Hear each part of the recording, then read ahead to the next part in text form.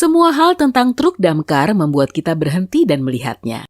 Mereka besar, terang, berisik, mirip saya, dan membawa orang-orang pemberani penyelamat nyawa. Tapi pernahkah kamu berpikir, kenapa truk damkar berwarna merah? Jawabannya tidak 100% jelas, tapi ada beberapa teori tentang itu. Teori sukarelawan. Pos damkar paling awal pada tahun 1800-an terdiri dari petugas damkar sukarelawan. Karena mereka adalah sukarelawan yang tidak digaji dan sulit mendapatkan dana, mereka tak punya banyak uang untuk membeli peralatan, termasuk cat untuk truk mereka. Saat itu, merah adalah warna cat termurah, jadi mereka memilih opsi yang ramah anggaran. Tradisi warna merah bertahan saat ini. Tradisi itu menjadi penghormatan bagi para petugas damkar mula-mula kita. Persaingan. Teori lain mengatakan bahwa ketika pos damkar dikelola oleh sukarelawan, terdapat kebanggaan dan persaingan yang kental di antara tiap-tiap pos dari kota ke kota. Merah adalah warna yang paling mudah dilihat karena jelas dan menarik perhatian. Semua pos damkar ingin truk mereka menonjol sebagai sumber kebanggaan dan persatuan. Coba bayangkan rasa persahabatan yang kamu dapatkan ketika mengenakan baju tim sepak bola favoritmu. Alasannya sama. Mereka tidak bisa mirip mobil lain. Pada awal 1900-an, Ford adalah mega bintangnya kendaraan. Semua mobil yang mereka jual berwarna hitam. Pos damkar ingin truk mereka menonjol di antara ribuan kendaraan dan gerobak berwarna gelap di jalanan. Lagi pula, kendaraan mereka harus mendapat perhatian dan prioritas, bukan? Warna merah bisa memenuhi tugas dan peran itu bahkan sampai hari ini. Teori psikologis. Sampai hari ini kita terbiasa mengaitkan warna merah dengan keadaan darurat atau bahaya. Alat pemadam kebakaran, hidran, tanda, dan lampu berhenti, semuanya berwarna merah terang seperti ceri. Warna merah juga dapat mempercepat detak jantungmu. Itu juga membuatmu lapar. Itulah sebabnya warna ini dipilih oleh banyak restoran cepat saji. Masuk akal jika truk damkar dicat dengan warna yang secara psikologis membuatmu waspada. Kamu perlu melihat mereka dengan cepat, benar-benar merasakan perasaan darurat, dan memberi mereka jalan. Teori warna. Terlepas dari teori psikologis, warna bisa menjelaskan kenapa merah menjadi standar untuk kendaraan, lampu, dan tanda-tanda darurat. Kita semua mengetahui warna pelangi dan akronim yang membantu kita mengingat urutan mereka. Mejiku Hibiniu. Terdapat alasan kenapa merah disebut lebih dulu. Para ilmuwan mengukur seberapa cepat suatu warna mencapai mata kita dalam panjang gelombang. Makin tinggi panjang gelombang, makin cepat mata kita menangkap warna itu. Merah memiliki panjang gelombang tertinggi dari semua warna pelangi lainnya, jadi otak kita menerimanya terlebih dahulu. Dengan begitu, kendaraan darurat berwarna merah akan secara otomatis menonjol di antara yang lain. Meski tak ada satu alasan pasti kenapa kebanyakan truk damkar berwarna merah, terdapat beberapa warna lain yang pernah dipakai untuk mereka. Atau setidaknya, ada beberapa ide untuk warna truk damkar baru. Misalnya, penelitian menunjukkan meski warna merah mencapai mata kita terlebih dahulu pada siang hari, pada malam hari tidaklah demikian. Saat gelap, mata kita lebih baik dalam melihat warna dengan panjang gelombang yang lebih rendah seperti hijau dan biru. Beberapa kota telah mengadopsi salah satu warna ini untuk truk damkar mereka, alih-alih warna merah tradisional. Tempat lain bahkan punya warna yang lebih mengejutkan seperti jingga, merah muda, kuning, dan hijau limau. Hei, jangan tertawa dulu. Itu mungkin bukan ide yang buruk, terutama yang terakhir.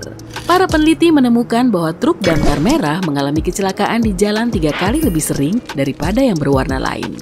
Bahkan warna hijau limau atau hijau kekuning-kuningan tampaknya menjadi warna terbaik untuk mengakomodasi penglihatan kita baik pada siang dan malam hari, menurut salah seorang ahli mata New York. Jadi, kenapa kita tak mengubahnya? Mungkin karena asosiasi psikologis dengan warna merah, atau mungkin tradisi yang bertahan dekat dan terikat di hati kita. Bagaimana menurutmu? Haruskah kita mengubah warna truk damkar atau tetap dengan warna merah? Apa warna yang akan kamu pilih? Beritahu saya di kolom komentar. Sambil kamu mengetik, saya punya beberapa fakta keren tentang truk damkar untuk diketahui. 1. Apa hubungannya dengan anjing Dalmatian? Pernah bertanya-tanya apa hubungan antara anjing totol hitam putih ini dengan damkar? Anjing-anjing yang sangat cerdas dan terlatih ini adalah sirene darurat pertama. Dahulu, saat mobil damkar ditarik oleh kuda, seekor Dalmatian akan berlari di depan mereka dan menggonggong keras sebagai peringatan mengosongkan jalan. Kita punya sirene keren saat ini. Tapi banyak pos damkar tetap memelihara anjing ini karena tradisi. 2. Mesin damkar paling awal berasal dari Yunani kuno. Itu hanyalah pompa besar dengan sistem kompresi udara yang menembakkan air, tapi konsepnya berkembang di Yunani kuno. Butuh sekitar 1.700 tahun sampai itu muncul di Eropa, yang kemudian berkembang menjadi mesin damkar yang ditarik kuda. Dengan industrialisasi, truk damkar akhirnya berkembang menjadi mesin mutakhir penyelamat nyawa yang kita kenal sekarang. 3. Truk damkar versus mobil damkar. Kita mungkin sering tertukar saat menggunakan istilah ini, tapi mereka adalah dua benda yang berbeda. Mobil damkar adalah yang membawa pompa dan selang ke tempat kejadian, sementara truk membawa tangga serbaguna jika dibutuhkan. Mobil damkar biasanya tiba di titik kebakaran lebih awal karena membawa air dan peralatan hidrolika yang dibutuhkan untuk memadamkan api, ditambah bahan kimia yang bisa membantu. Sementara truk mengangkut semua petugas damkar ke tempat kejadian bersama semua peralatan keselamatan mereka. 4. Tangga. Petugas damkar dilatih mencapai ketinggian selangit menggunakan tangga ini. Tapi jangan khawatir, tangga ini dibuat agar tetap stabil meski diterpa angin berkecepatan 80 km per jam. Kita cenderung menganggap kebakaran sebagai sesuatu yang terjadi di desa atau hutan. Tapi itu juga terjadi di gedung pencakar langit. Dijuluki Bronto, singkatan dari Brontosaurus, tangga ini bisa membuat petugas damkar mencapai ketinggian 90 meter dari permukaan tanah. Jangan lihat ke bawah. 5. Truk pompa, truk tangki, dan truk tangga. Ketika kamu melihat sebuah mobil damkar dan truk damkar di tempat kebakaran, sebenarnya ada 3 jenis kemampuan super berbeda yang mereka punya. Truk pompa membawa selang pemadam besar dan membantu menghubungkannya dengan hidran. Truk tangki menampung tangki air dengan jumlah besar seandainya hidran pemadam rusak.